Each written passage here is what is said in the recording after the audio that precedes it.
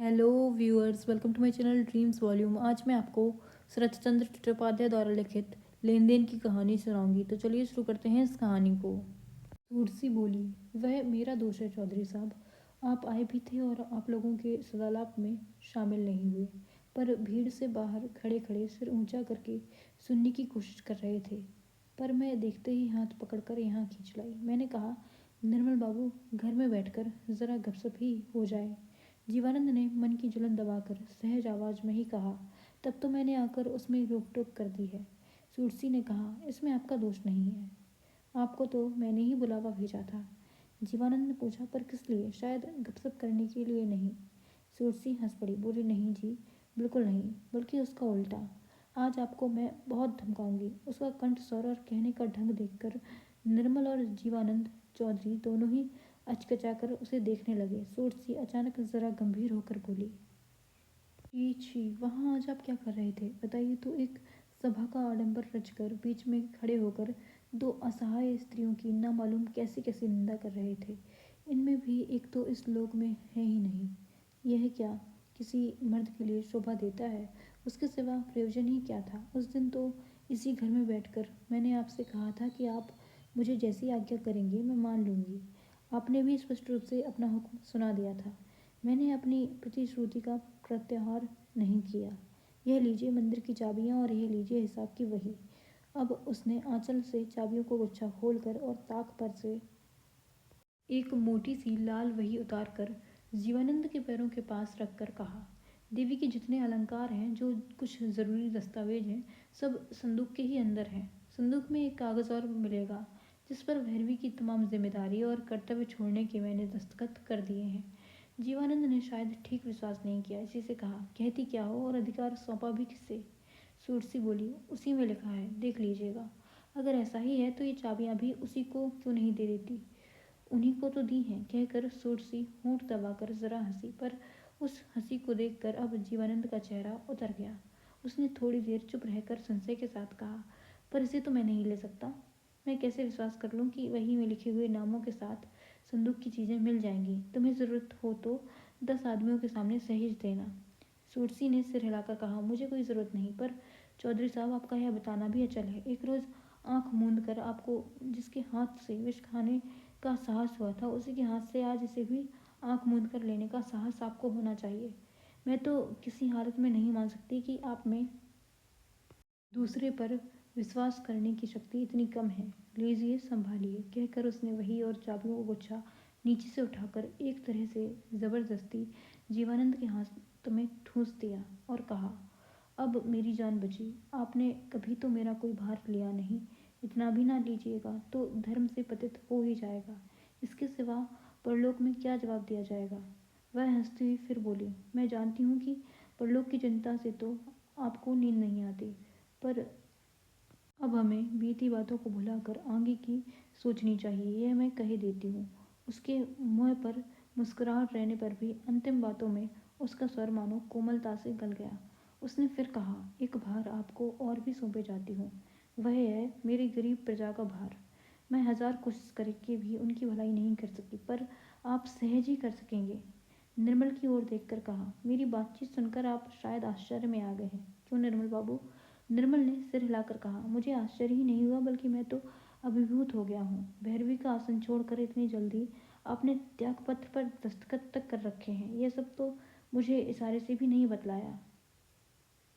सूरसी मुस्कुराती हुई बोली, अपनी बहुत सी बातें मैंने आपको अभी तक नहीं बताई हैं, पर एक रोज़ आपको सब मालूम हो जाएगा। संसार में एक ही मनुष्य है जिन्हें मेरी सभी बातें मालूम हैं। वे हैं फ़कीर साहब। तो यह सलाह उन्होंने दी होगी। सूरसी ने उसी वक्त जवाब दिया, नहीं, वे आज सवेरे तक की कुछ भी बात नहीं जानते थे, और जिसे आप त्यागपत्र कहते हैं वह मेरी कल रात की रचना है। जिन्होंने इस काम में मुझे प्रवृत्ति दी है, उनके नाम को मैं संसार में गुप्त रखूंगी। जीवानंद ने थोड़ी देर तक चुप रहकर एक लंबी सांस छोड़कर कहा, मालूम होता है घर में बुलाकर मेरे साथ एक प्रचंड परिहास कर रही हो सूरसी। इस पर विश्वास करना तो उस दिन के मरफिया खाने से भी बहुत कठिन लग रहा है। इतनी देर के बाद निर्मल ने जमींदार की ओर ताका और ज़रा हंसकर कहा, आप तो यही थोड़े से कदम चलकर तमाशा देख रहे हैं, पर मुझे तो काम धंधा घर द्वार सब छोड़कर यही तमाशा देखने 800 मील से दौड़कर आना पड़ा। यदि यह सब सच हो तो आपने जो चाहा था वह आपको मिल गया, पर मेरे भाग्य में तो 16 आना नुकसान है। इसे तमाशा कहूँ या परिहास, यही मेरी समझ में नहीं आ रहा है। अब उन्होंने और एक बार जमींदार की ओर अच्छी तरह देखा कि जमींदार की आंखें व्यथा के बोझ से लदी हुई हैं। उसने कुछ जवाब नहीं दिया, सिर्फ जरा हंसने की कोशिश की। निर्मल ने सुरसी से पूछा, यह सब आपका परिहास तो नहीं है ना? सुरसी ने कहा, नहीं जी, मेरी और मेरी माँ की निंदा देश भर में फैल गई। यह क्या मेरा हंसी दिल्लगी का समय है? मैंने वास्तव में ही छुट्टी ले ली है। निर्मल ने कहा, तो आपको यह काम बड़े कष्ट से करना पड़ा है। सूरसी ने कुछ उत्तर नहीं दिया। निर्मल ने थोड़ा चुप रहकर कहा, मैं आया था आपको बचाने और शायद बचा भी लेता, फिर भी आपने किस लिए वैसा नहीं होने दिया, यह मैं समझ गया। संपत्ति बच जाती है, पर निंदा का तूफान उससे नहीं रुकता, और उसे रोकने की शक्ति भी मुझ में ना थी। वहाँ उपस्थित सभी समझ गए कि यह उन्होंने किस पर कटाक्ष किया, पर जीवानंद चुप ही रहा। सूरसी ने स्वयं भी कुछ प्रतिवाद नहीं किया। निर्मल ने पूछा, तो अब क्या कीजिएगा, कुछ निश्चय किया है? सूरसी बोली, वह मैं आपको बाद में बताऊंगी। कहाँ रहिएगा, यह भी मैं आपको बाद में बताऊंगी। बाहर से आवाज आई, माँ जी। सूरसी बाहर झाँक कर बोली, कौन? भूतनाथ। आओ बेटा, अंदर ले आओ। मंदिर का नौकर एक टोकरे में भरकर देवी का प्रसाद, तरह तरह के फल और मिठाइयाँ लाया था। सूरसी उसे हाथ में लेकर जीवानंद की ओर देखती हुई स्निग्ध हंसी हंसकर बोली, उस दिन मैं आपको भरपेट खिला नहीं सकी थी, पर आज वह कसर पूरी करके छोड़ूंगी। फिर निर्मल की ओर देखकर बोली, और आप तो बहनों ही हैं, आपको क्या यूं ही जाने देना भेजा होगा? बहुत कड़वी बातचीत हो गई है। अब बैठिए तो दोनों महाशय खाने के लिए बिना मुंह मीठा किए छोड़ देने से मेरे चूप की सीमा न रहेगी। निर्मल ने कहा, लाइए दीजिए, पर जीवानंद ने इनकार कर दिया। नहीं, मैं नहीं खा सकूंगा। खा ना सकिएगा, पर यहाँ तो आज खाना ही होगा। जीवानंद ने इतने पर भी सिर हिलाकर कहा, नहीं। सूरसी हंसकर बोली, फिजूल सिर हिलाना है चौधरी साहब, तो मौका जीवन में कभी नहीं मिलेगा। उसे आज अगर हाथ में पा कर छोड़ दूं तो व्यर्थ ही। अब तक भैरवी का काम किया, अब उसने दोनों के सामने के स्थान को पानी के हाथ से पोंछ लिया और पत्तल बिछाकर मिठाई परोस दी, और वह खुद भी खिलाने के लिए पास बैठ गई। मिठाई आज सचमुच जीवानंद के गले से उतरती न थी। इसे समझते सूरसी को विलम्ब नहीं हुआ। उसने धीमी आवाज में कहा, तो रहने दीजिए, यह सब आप ना खाएं, आप थोड़े से फल खाइए। वह अपने हाथ से जमींदार की पत्तल की जूठी मिठाइयों को एक और हटाकर बोली, आज आपको क्या हो गया है? सचमुच भूख नहीं है क्या? नहीं तो ज़बरदस्ती खाने की ज़रूरत नहीं। देह में जो बीमारी बना रखी है उसे याद करते ही मेरा शरीर कांपने लगता है। निर्मल मन लगाकर खा रहे थे। उन्होंने मुंह उठाकर देखा। इस कंठ स्वर की अनिर्वचनीय ने चट से उनके कानों में खटक पैदा करके वह दूरवर्तनी हिम को याद करा दिया। सूरसी के साथ उनकी बहुत तरह की हंसी दिल लगी हुई है। आज सवेरे भी उसकी बातों और इशारों से कई बार उनके शरीर में आनंद की बिजली दौड़ गई है, पर वह गला तो वह नहीं था। मधुरता का ऐसा घना रस तो उससे टपका नहीं था। मिठाई की मिठास उनके मुंह में स्वादहीन और फलों का रस कड़वा लगकर उनके भोजन का सारा आनंद क्षण भर में मिट गया। कुछ देर बाद देखकर सूरसी आश्चर्य के साथ बोली, आपकी भी वही हालत हुई निर्मल बाबू? अभी खाया ही क्या है आपने? निर्मल ने कहा, जितना खा सका उतना आपके कहने से पहले ही मैंने खा लिया। अनुरोध की प्रतीक्षा नहीं की। मिठाइयाँ शायद अच्छी नहीं बनी हैं आज, हो सकता है दूसरे दिन कैसी बनती हैं वह तो मालूम नहीं। कहकर उन्होंने हाथ धोने का उद्योग किया। इस विषय में उनके कौतूहल के अभाव पर सूरसी की ही नहीं बल्कि जीवानंद की भी दृष्टि खिंची, पर इस पर किसी ने और चर्चा नहीं की। बाहर आकर सूरसी ने हाथ मुंह धोने को पानी देकर पान का बीड़ा हाथ में दिया और अनुरोध किया कि देख लीजिए पान ठीक है या नहीं, पर अपने या उसके संबंध में कोई प्रश्न नहीं किया। निर्मल ने कहा, तो मैं अब जाऊं? आप घर कब जाएंगे? मुझे और तो कुछ काम नहीं है, शायद कल ही लौट जाऊं। तो हेम से और लड़के से मेरा आशीर्वाद कह दीजिएगा। निर्मल ने क्षणभर के बाद पूछा, मेरी और तो कोई ज़रूरत नहीं है?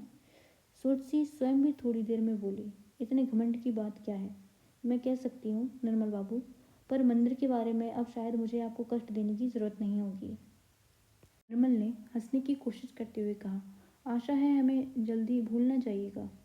सूरसी ने सिर हिलाकर सिर्फ नहीं कहा। निर्मल ने नमस्कार कहा, तो मैं चलता हूँ। अगर सवेरे की गाड़ी में जाना हुआ तो शायद फिर मिलने का अवकाश ना हो। हेम को आपसे बड़ा प्रेम है, फुर्सत मिले तो बीच बीच में अपना कुशल मंगल लिखती रहिएगा। अब वे उत्तर की प्रतीक्षा किए बिना ही बाहर चले गए। प्रवंचित की लज्जा और जलन अत्यंत गुप्त रूप से उनकी छाती के अंदर धड़क धड़क कर चलने लगी।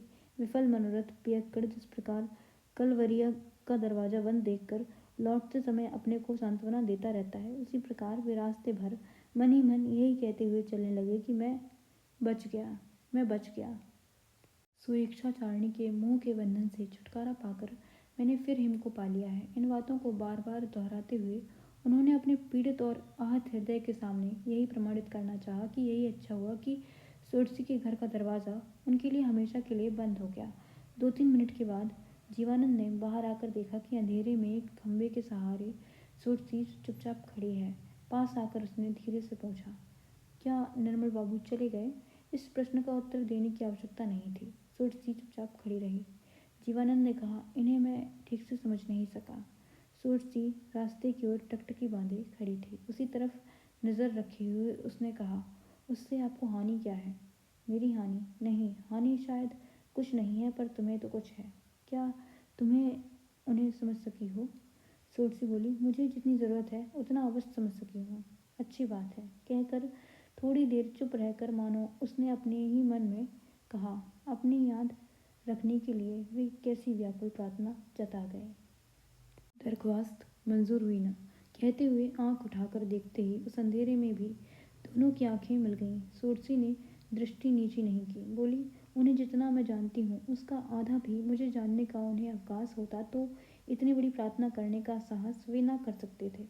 मेरी जो कुछ कल्पनाएं, जो कुछ आनंद की तरंगे हैं, वे सब उन्हीं लोगों को लेकर हैं। उन लोगों को देखकर ही तो मैं वह सोडसी अब नहीं रही। चंडीगढ़ का यही भैरवी का पद है जिसका बंटवारा कर लेने के लिए आप लोगों ने खींचातानी की हद कर दी है और जिसके लिए आप लोगों ने समूचे देहात को कलंक से भर दिया है, उसे आज मैं फटे पुराने कपड़े की तरह छोड़ जाती हूँ। उसकी शिक्षा कहाँ पाई है जानते हैं आप? वहीं पर।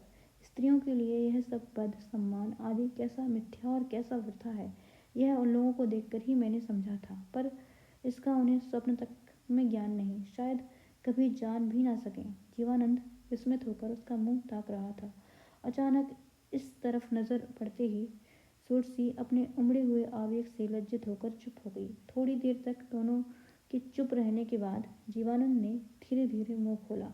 कहा, एक बात पूछने में मुझे बड़ी शर्म मालूम होती है, पर अगर मैं पूछ सकता तो क्या तुम उसका ठीक जवाब देती हो अलका?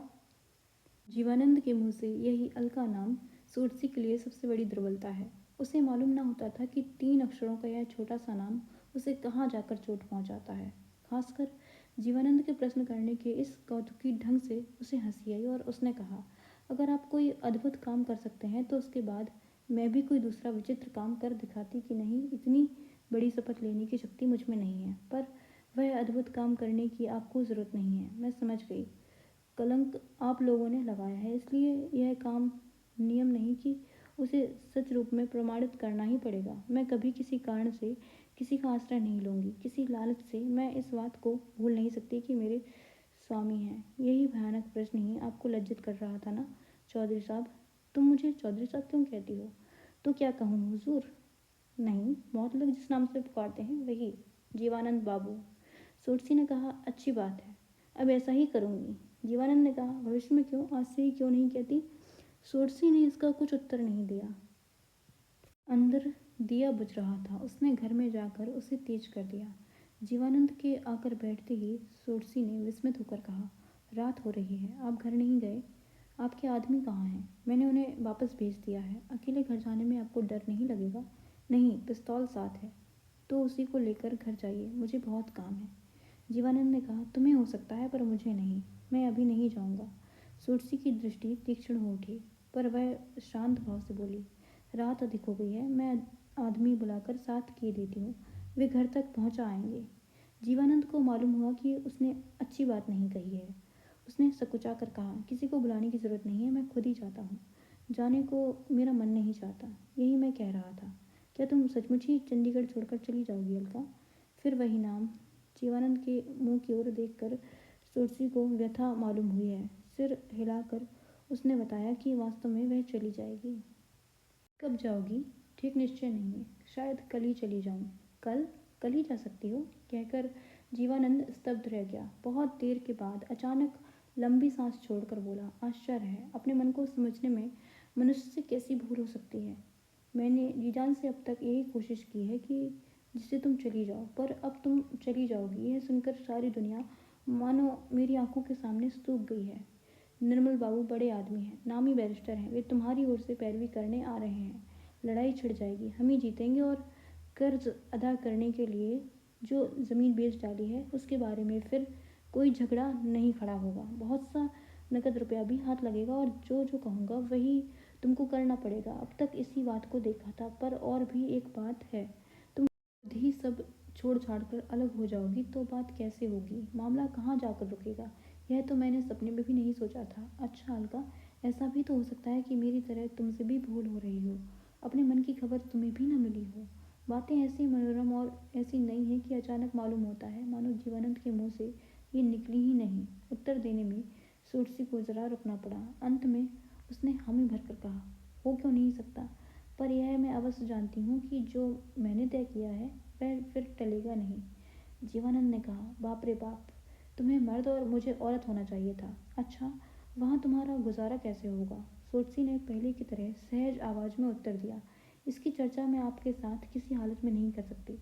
जीवानंद ने नाराज होकर कहा, तुम कुछ नहीं कर सकती, तुम पत्थर हो। मेरे बाल सफ़ेद हो गए हैं, जवानी गई और बुढ़ती आ गई है। अब क्या मैं तुम्हारे सामने हाथ जोड़कर रो सकता हूँ? तुम क्या समझती हो? सोटसी ने कहा, देखिए, राहत बहुत हो गई है, अभी तक मैंने पूजा पाठ भी नहीं की। पुजारी की खांसी और पैरों की आहट बाहर सुनाई दी। उसने दरवाजे के पास आकर कहा, माँ जी, सबके सामने मंदिर का दरवाज़ा बंद करके आज चाबी मैंने तारादास पंडित जी को दी है। राय बाबू, शिरोमणि, ये सब खड़े थे। सोटसी ने कहा, अच्छा किया, तुम ज़रा ठहरो, मैं सागर के यहाँ जाऊँगी। अब वह उठ खड़ी हुई। जीवानंद ने भी चुपचाप खड़े होकर कहा, तो यह सब तो तुम राय महाशय के पास ही भेज देना। सोटसी ने सिर हिलाकर कहा, नहीं, संदूक की चाबी किसी और के हाथ में देने से मुझे विश्वास नहीं होगा, सिर्फ मुझे देने से ही होगा। सोटसी कुछ उत्तर न देकर घर की ताला हाथ में लिए बाहर आ खड़ी हुई और जीवानंद के बाहर आते ही किवाड़ बंद करके उसके आगे माथा टेक कर वह पुजारी के पीछे पीछे चलने लगी। जीवानंद अकेला अंधेरे बरामदे में भूत की तरह चुपचाप खड़ा रह गया। बैरिस्टर साहब चले गए हैं, सोटसी भी जा रही है। मंदिर का ताला, चाबी और सामान वगैरह जो कुछ कीमती माल है सब कब्जे में आ गया है। इस समाचार के फैल जाने में विलंब नहीं हुआ। शिरोमणि अस्त व्यस्त वेश में राय महाशय के बैठक खाने में पहुंचे। निर्मल के जाते समय विदा की घटना बहुत प्रतिकार नहीं हुई। मन में इन बातों की आलोचना से ही शायद जनार्दन राय का मुख गंभीर हो रहा था, पर उस तरफ ख्याल करने की हालत शिरोमणि की नहीं थी। उन्होंने आशीर्वाद के ढंग से दाहिना हाथ उठाकर गदगद कंठ से कहा, चिरंजीवी रहो भैया, संसार में तुम्हारा ही इल्म सफल हुआ।